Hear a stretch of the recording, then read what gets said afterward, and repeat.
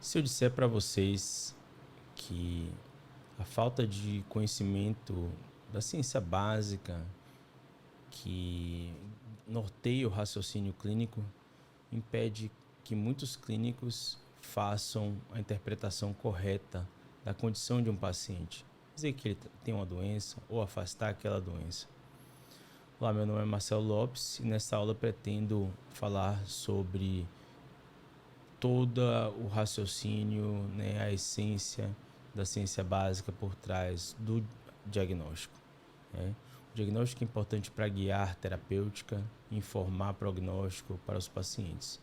Em muitos casos não é feito corretamente justamente pela falta do entendimento desses princípios básicos, da lógica que existe por trás de um diagnóstico. E é isso aqui que vamos falar. Então, quando a gente fala de diagnóstico, a gente está falando de classificar um paciente como tendo ou não uma condição. É um ato imperfeito, ou seja, a gente depende do que o paciente está te falando, depende do nosso exame físico, depende de uma série de fatores que, por vezes, podem ter erros, quando a gente colhe esses dados. Também não há certezas, então a gente não tem certeza que a gente está afastando totalmente uma condição, ou seja, 0% de chance de acontecer ou 100% de garantia de ter aquela doença. Quando o paciente, a gente dá um diagnóstico, sempre vai envolver muitas incertezas, incerteza dessas informações que a gente colhe, incerteza da capacidade de um teste que a gente vai utilizar, para que capta, com acurácia aquela condição. Então, assim, no fim das contas, o diagnóstico ele é feito respeitando o princípio da lógica do raciocínio bayesiano, onde aí você me pergunta como é que que se trata esse raciocínio bayesiano. Bom, o teorema de Bayes ele fala que uma probabilidade ela se modifica condicionada no fato de termos novas informações a respeito, daquela situação. Então, novas informações surgem e a gente tem que modificar aquela probabilidade que existia. Então, no caso de um diagnóstico, a gente fala de probabilidade pré-teste. Aí o teste diagnóstico ele vai alterar essa probabilidade antes de fazer o teste, probabilidade de pré-teste, transformando numa probabilidade de doença, ou seja, pós-teste. Quando a gente fala de avaliação de um teste diagnóstico, a gente tem que classificar corretamente quem tem ou não aquela condição. Por isso que a gente usa o padrão ouro. Mas o que é esse padrão ouro que a gente ouve tanto falar? O padrão ouro nada mais é do que um teste diagnóstico também. Mas ele é um teste que permite, no nosso meio, identificar doentes e não doentes de forma acurada, uma forma confiável, para que seja avaliado num estudo, como aquela garantia de que o paciente tem ou não a condição. Aí sim, quando você tem um teste novo, você contrastar, comparar com esse padrão ouro. Geralmente, assim, por que a gente faz estudo, contra o padrão ouro? Porque geralmente o padrão ouro ele pode ser mais difícil de se obter, pode ser invasivo quando a gente fala de uma biópsia, inviável numa autópsia, a gente não vai esperar o paciente morrer para descobrir se o paciente tem ou não aquela condição. Aquele teste pode ter alto custo, difícil de ser reproduzido na prática, Por exemplo, quando a gente está avaliando função renal, o clearance de inulina, que é um elemento que você pode, uma substância que você pode injetar, ele é totalmente filtrado pelos rins. Ele seria ótimo, para você identificar a filtração glomerular. Porém, o paciente precisa ficar horas ali num cenário de laboratório com a sonda vesical, esperando você eliminar aquela inulina que você injetou para daí você calcular a filtração glomerular. Então é muito difícil reproduzir, ainda mais quando você tem exame de laboratório que quantifica isso daí.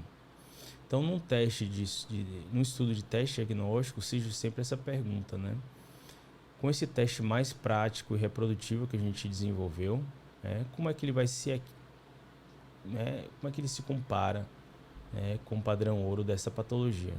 Então é daí que é feito a ciência. E aí que a gente vai falar de características do teste diagnóstico, quando a gente compara com o padrão ouro, certo? São duas características, né? Duas características aqui. Sensibilidade, então deixei em verde aqui as células que a gente vai usar no numerador, que é pacientes que têm o teste positivo e são doentes, né?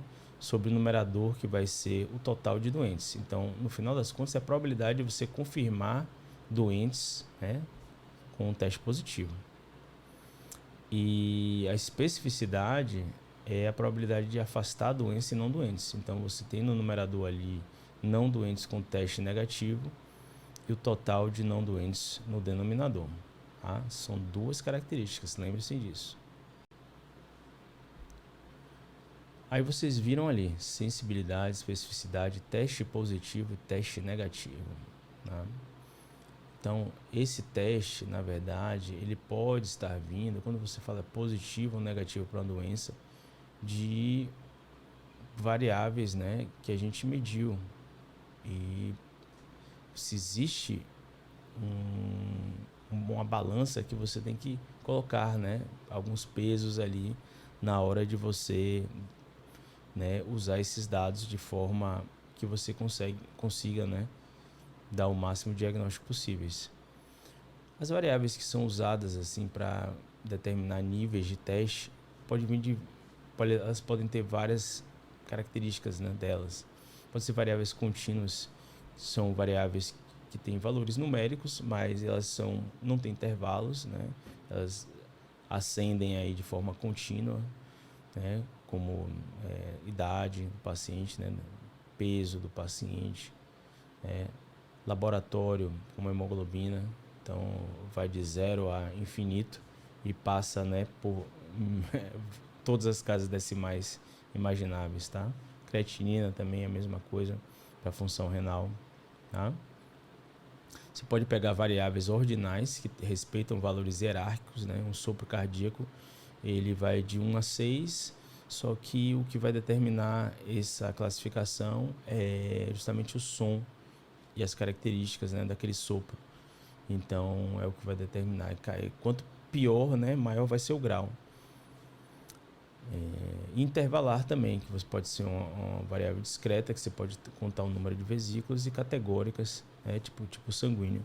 Então, assim, muitas vezes, né, você sintetizar essas variáveis, né, que tem vários níveis, né, às vezes níveis contínuos, e você dizer que aquele paciente tem ou não uma condição baseada só, né, num corte que você faz, um sumário que você faz da variável, pode ser arriscado. Então a gente, nós clínicos, eu botei médicos, mas clínicos em geral, a gente gosta de reduzir os dados para formas mais simples que torna mais útil na prática. É totalmente louvável, né? Porque a gente vai determinar onde é que a gente vai começar a agir, né? Dependendo daquele nível de variável. Mas se tem problemas de reclassificar variáveis, por exemplo, contínuas, tornando uma categórica, né? E até dizer assim, sim ou não para aquela condição, variável binária, positivo ou negativo, tá? Então, se a gente pega uma variável contínua como hemoglobina, né, qual é o valor que vai levar a uma transfusão? Como é que você determina isso, né? Isso é importante, né, porque você vai decidir se esse tratamento vai ser iniciado. Mas a gente tem que colocar na balança a capacidade que a gente está tendo, né, de detectar doentes ou afastar doença. Então, assim, aqui a gente tem duas curvas, tá? Essa curva a gente está vendo as pessoas que não têm a doença, então são verdadeiramente sadias, vamos dizer assim, então sem a doença, e pessoas que têm a doença de verdade, tá? Então são verdadeiramente doentes. E aqui embaixo no eixo X, então aqui, o eixo Y aqui, a gente está vendo aqui a quantidade de pessoas, né, que não tem a doença ou que tem a doença, tá? E no eixo X aqui uma variável contínua, tá? Para essa variável contínua, se a gente diminuir aqui o valor, né, como ponto de corte, o que é que acontece? A gente aumenta a capacidade de detectar os verdadeiramente positivos, tá? Só que aí a gente está dizendo, né, que a partir desse ponto, essas pessoas que não têm a doença, também eles vão ter o teste positivo, tá joia? O que aconteceu aí? A gente aumentou a quantidade de falsos positivos, ou seja, pessoas que têm um teste positivo, mas que não têm a doença. Isso acontece, né, quando a gente tenta aumentar a sensibilidade, mas naturalmente a especificidade vai diminuir, né? Porque aqueles pacientes, né, que deviam ter uma proporção maior, né, quando o teste é muito específico, que são as pessoas sem doença, né, eles vão acabar entrando, né, no teste positivo. Quando você tem uma proporção maior de falsos positivos, a especificidade cai, tá? E o contrário acontece, né? Então, se você tenta tornar esse teste muito específico, ou seja, você identifica quem não tem a doença de uma forma mais eficiente, o problema é que você pode classificar como negativo pessoas que têm a doença. Então, são falsos negativos, tá? Aqui, um trabalho foi feito usando BNP para insuficiência cardíaca. E para os vários níveis de BNP, quanto mais alto o BNP, mais ele indica assim que o paciente tem hipervolemia, então isso é indicativo de insuficiência cardíaca, tá? Então, se a gente usa um ponto de corte mais baixo de BNP, a gente vai identificar praticamente todo mundo que tem insuficiência cardíaca, tá? Mas a gente vai classificar como tendo insuficiência cardíaca muitas pessoas que não têm insuficiência cardíaca. Então, tem uma sensibilidade alta e especificidade mais baixa. Quando a gente vai aumentando o ponto de corte, a gente acha um ponto aqui onde há um certo equilíbrio, né? A gente perde em sensibilidade, mas aumenta bastante em especificidade, tá? A gente vai deixar de detectar alguns pacientes que têm insuficiência cardíaca, mas também a gente vai evitar de classificar, né, como sendo portadores de insuficiência cardíaca aqueles pacientes que não têm. Então, aqui a gente pode fazer isso de forma gráfica, né, de forma mais eficiente, usando uma curva ROC. Tá? Na curva ROC a gente vai ter no eixo Y aqui a taxa de verdadeiros positivos. O que é a taxa de verdadeiros positivos? A sensibilidade. Tá? E no eixo X aqui, eixo Y sensibilidade, eixo X o complemento da especificidade. O que é o complemento de especificidade? A proporção ou a taxa, né, de pessoas que não têm a doença, mas têm um teste positivo, né? Então, isso aí é a taxa de falso positivo, tá joia? Então, aqui no caso do BNP, o que aconteceria? Se a gente... Aqui está indo ao contrário, né? Então, aqui são valores mais baixos do BNP. A gente viu que aumenta a sensibilidade, tá? E aqui, quanto mais alto, né, ele vai detectar, na verdade, assim, quanto mais baixo, ele vai ter uma taxa maior de falsos positivos, né? Mas existe um ponto na curva ROC onde a gente tem uma menor taxa de falsos positivos para uma maior sensibilidade, ou seja, uma maior taxa de verdadeiros positivos, né? Então, geralmente, quando a gente tem esse cotovelo aqui na curva ROC, é um ponto nessa curva onde seria o ideal, onde você tem um equilíbrio entre você saber quem tem a doença, né, e afastar quem não tem, tá certo? Aqui vai ter um equilíbrio entre sensibilidade e especificidade razoável aqui, tá? Então, como eu falei anteriormente, o diagnóstico é um exercício de probabilidades. A gente colhe dados para saber se um paciente, né, você levanta suspeita de doença e dali você faz outros testes para dizer, né, se esse paciente tem ou não aquele diagnóstico. Então, um conceito importante é a probabilidade pré-teste. Então, a probabilidade daquele doente, né, ter uma condição, né? Então, a gente faz algumas suspeitas a partir dos dados que a gente escolheu. E aí a gente tem essa probabilidade pré-teste antes de fazer um exame, tá? O que pode indicar para a gente probabilidade pré-teste? A prevalência daquela doença, né, respeitando as características do doente. Então, ele vai determinar, né, se esse teste é útil ou não, né? Se esse teste que eu vou lançar a mão vai ser útil, né? E a gente estima essa probabilidade de pré-teste baseado em estudos populacionais, tá? Para a gente saber a prevalência daquela doença no nosso meio. Não adianta você procurar dengue, por exemplo, num país nórdico, né? Você vai ter uma prevalência muito baixa. Então, às vezes o que parece ser dengue em outro lugar pode ser uma doença totalmente diferente, né? Então, a gente tem uma rickettsiose, por exemplo, pode simular, né? Então, isso aí seria mais prevalente lá. A gente pode também estimar essa probabilidade de pré-teste numa avaliação clínica. Então, a gente colhe a história, colheu ali dados do exame físico, a gente mais ou menos tem uma ideia se aquela doença tem uma baixa probabilidade, intermediária ou alta. Conhecimento prévio ajuda nisso também. Então, tem algumas situações que a gente pode usar até scores e calculadoras médicas que vão dar para a gente a probabilidade baseado naquelas características antes de você fazer o teste, né, daquela condição que você está avaliando. Tá?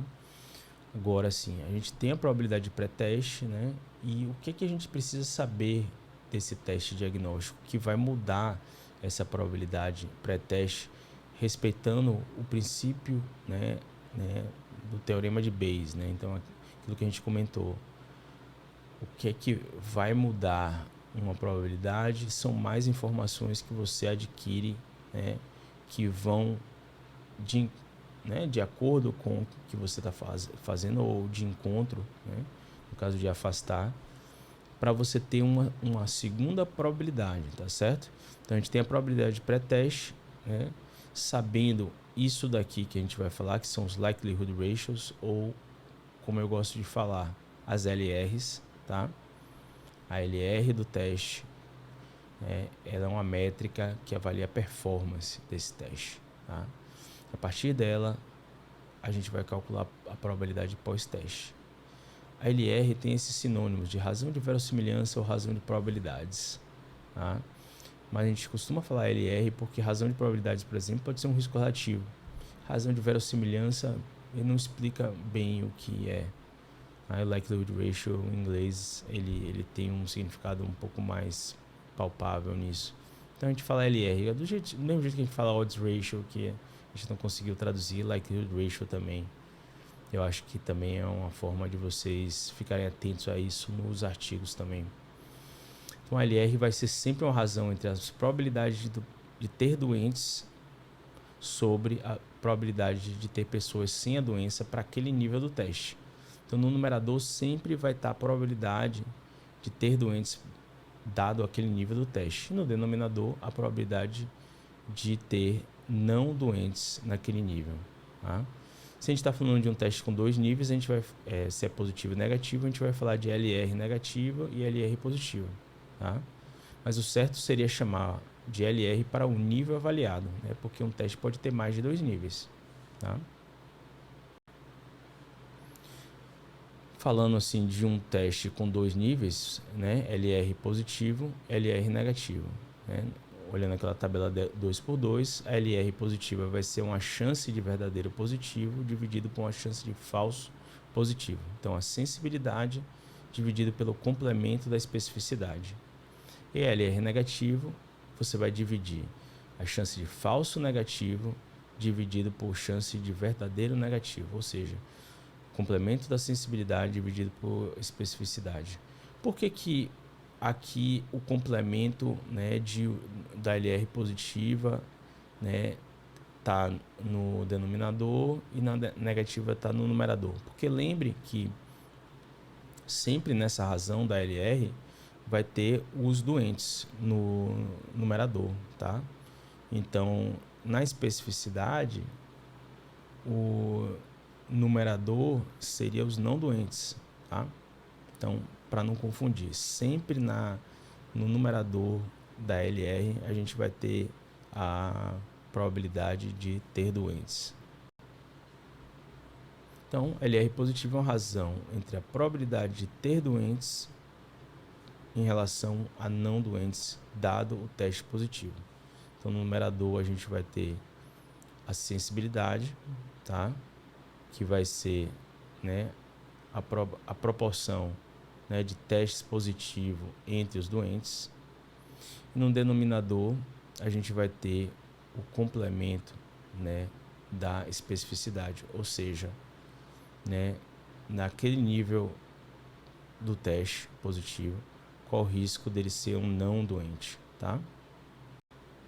E a LR negativo, né, a gente está olhando aqui o nível, né, do teste, como ele sendo negativo para aquela doença.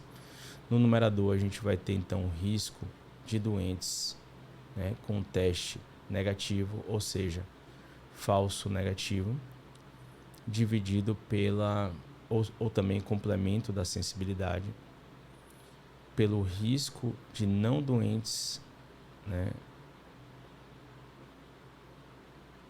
para aqueles não doentes com teste negativo, né, você vai ter isso daí no denominador. Então, a especificidade fica no denominador, tá joia? Então, o LR, no fim das contas, indica quantas vezes mais a gente vai ter doentes em relação a não doentes para o valor do teste. Então, se um teste veio positivo, a gente vai querer que ele identifique mais pessoas, né? Então, se ele está acima de 1, quando a gente fala LR de 1, você tem chances iguais de, daquele teste, naquele nível, de detectar doentes e não doentes. Ou seja, ele não serve para nada, né? Então, se ele veio positivo, ele tem que estar acima de 1. Se ele está acima de 10, ele é um ótimo teste, tá? O LR negativo, você está querendo afastar a doença, então você tem que ter um numerador com poucas pessoas doentes, né? Porque se o teste é negativo, pessoas doentes nesse teste vai indicar falso negativo, né? Então a acurácia do teste é ruim. Então o LR negativo tem que ser menor que 1. A gente diz que ele é ótimo quando ele é menor do que 0,1, tá? Então é o inverso do que é o LR positivo, tá? Aqui, como é que a gente faz um exercício prático para transformar a probabilidade pré-teste em probabilidade pós-teste? Então, o primeiro passo seria transformar a probabilidade pré-teste em odds pré-teste, tá? Então, se a gente tem um teste que é de, vamos botar aqui 50%, certo? Então, a probabilidade pré-teste de 50%, tá? Ele vai dar um odds pré-teste que a gente vai converter. Probabilidade pré-teste, então colher a história, ver a prevalência ali da doença, né? De repente, esse paciente tem uma chance intermediária, uma probabilidade intermediária de ter aquela doença. Então, como é que seria o odds dessa probabilidade? Seria a probabilidade, 50%, dividido por 1 menos a probabilidade, tá? Então, ou 100 menos probabilidade, já que a gente está falando em percentual. Então, seria 100 menos 50, que dá 50%. Ou seja, minha odds pré-teste aqui, dessa probabilidade pré-teste de 50%, é de 1, certo? O que é que vai acontecer com esse odds pré-teste, né, quando a gente tem LR? A LR, então eu estou dizendo aqui, o que o odds me diz? Eu tenho minha probabilidade de ter a doença em relação à minha probabilidade de não ter a doença. Então aqui para mim é 1 para 1. Eu tenho 50% de chance de ter a doença e 50% de chance de não ter. A LR está me dizendo assim, pô, para aquele nível do teste, a probabilidade de ter doente em relação a não ter doente é tanto.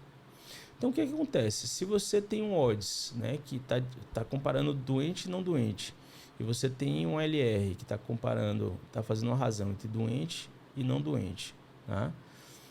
Quando você multiplica, né, o odds pré-teste pela LR, você vai ter a sua odds pós-teste. Então, se eu tenho um teste que tem um LR de 10, tá? Eu vou pegar essa minha odds de 1 e vou multiplicar por 10, tá? Agora, como eu fiz aqui, ó, odds pré-teste versus vezes LR, vai dar o odds pós-teste de 10.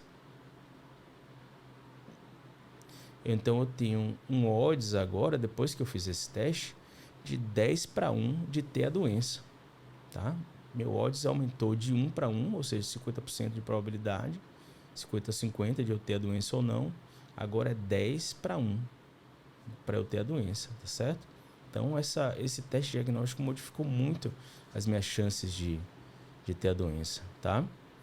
No terceiro passo, eu vou transformar essa odds pós-teste em probabilidade, para eu saber qual a minha probabilidade de doença. Então, como é que a gente faz isso? A gente pega o odds pós-teste de 10, tá? E a gente divide aqui, ó, por 1 mais odds pós-teste. Então, 10 mais 1, que dá 11, tá? Então, 10 dividido por 11, deixa eu pegar minha calculadora aqui.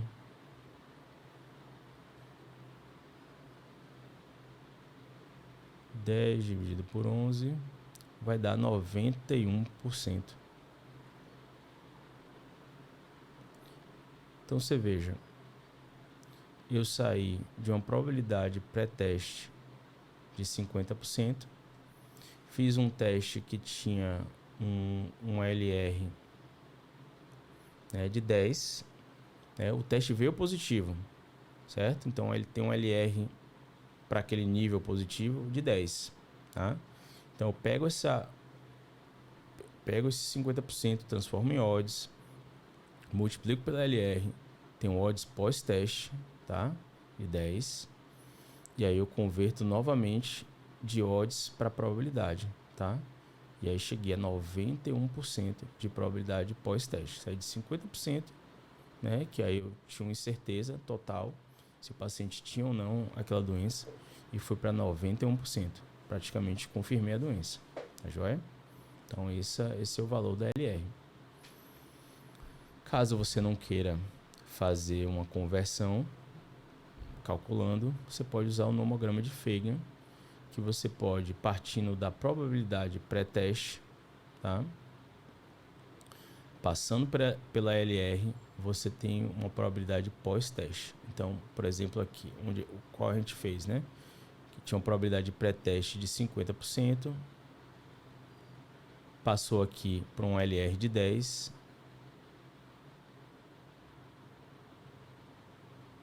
e a gente tem aqui que o desenho não está muito bem feito, né? Mas vamos tentar de novo aqui. Vamos apagar. Vamos fazer de novo. Ó, 50%, LR de 10, tá? Fica mais ou menos assim. Agora sim.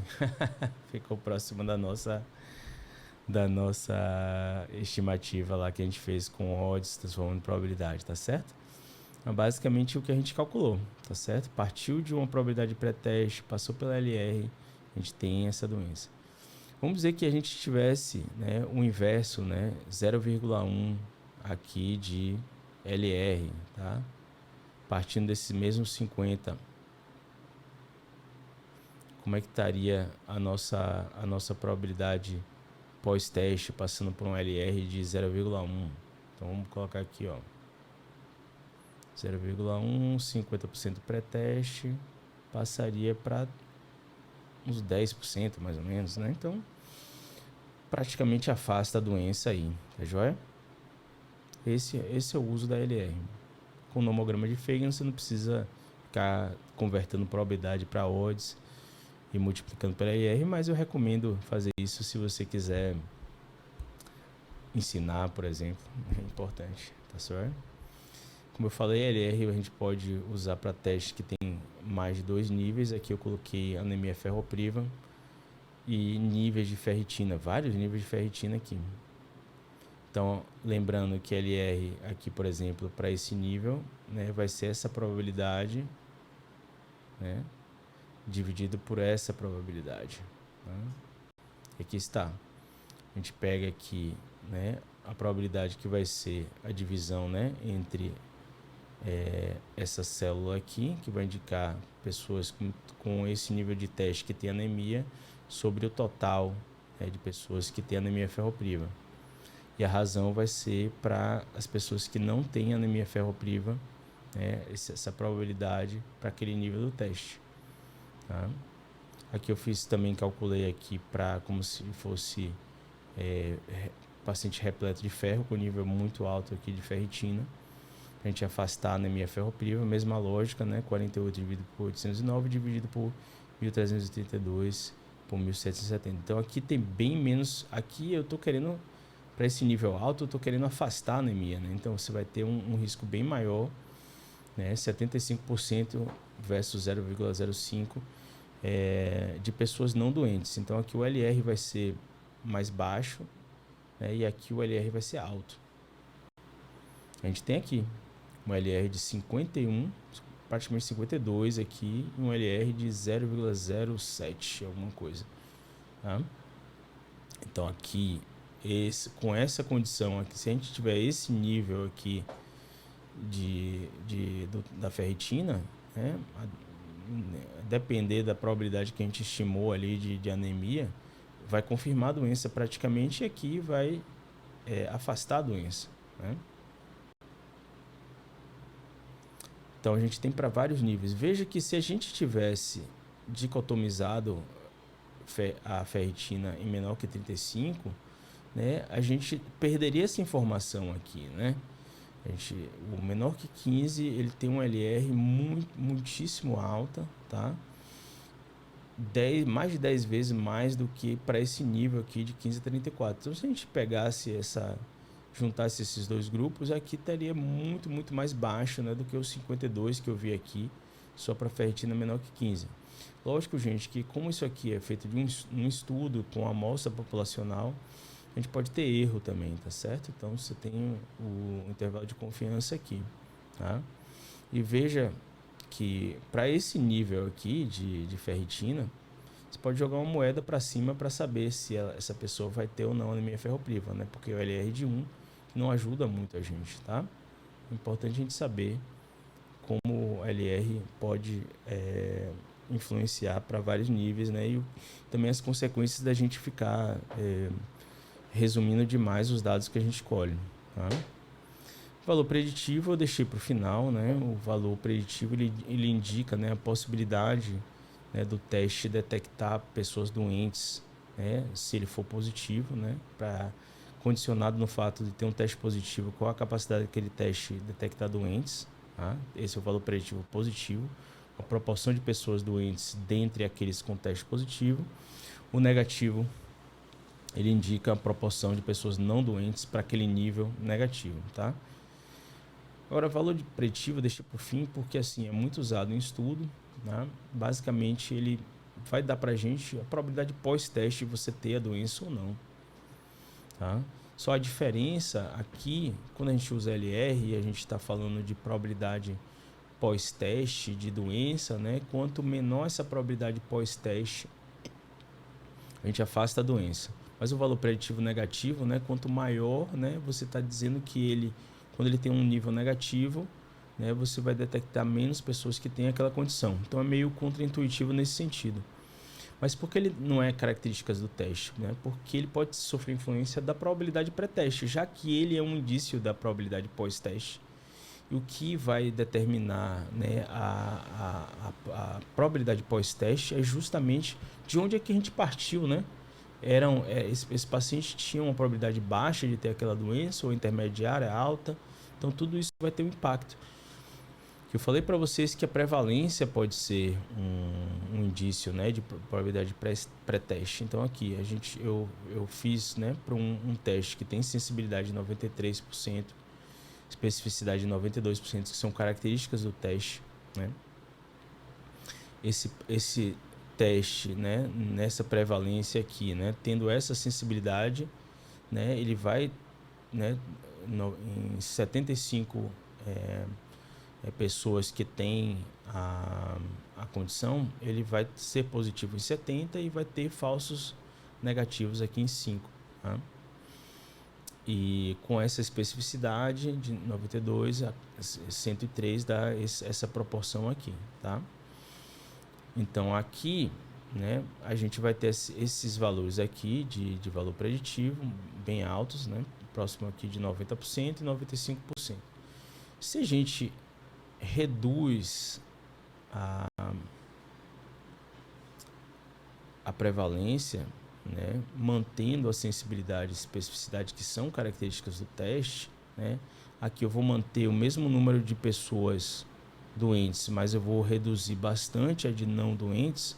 Olha o que acontece com os valores preditivos, né? Você vai ter bem mais pessoas não doentes. Então, a possibilidade de você detectar pessoas, né, não doentes, né, pelo teste negativo vai aumentar muito, né? Porque você aumenta bastante a proporção de não doentes. O teste tem uma especificidade alta, então eles vão ser negativos mesmo se eles forem não doentes. Mas tem uma proporção ainda não desprezível de pessoas falsos positivos, né? Você aumentando o número de não doentes num teste que não tem especificidade de 100%, né? Então você vai ter pessoas com falso positivo. Então o valor preditivo positivo, no caso da redução da prevalência daquela doença, ele vai reduzir também. Então, por isso que o valor preditivo ele não é uma característica do teste, mas sim, né, a capacidade de fazer predição naquela circunstância que está sendo avaliada no estudo ali. Tá joia?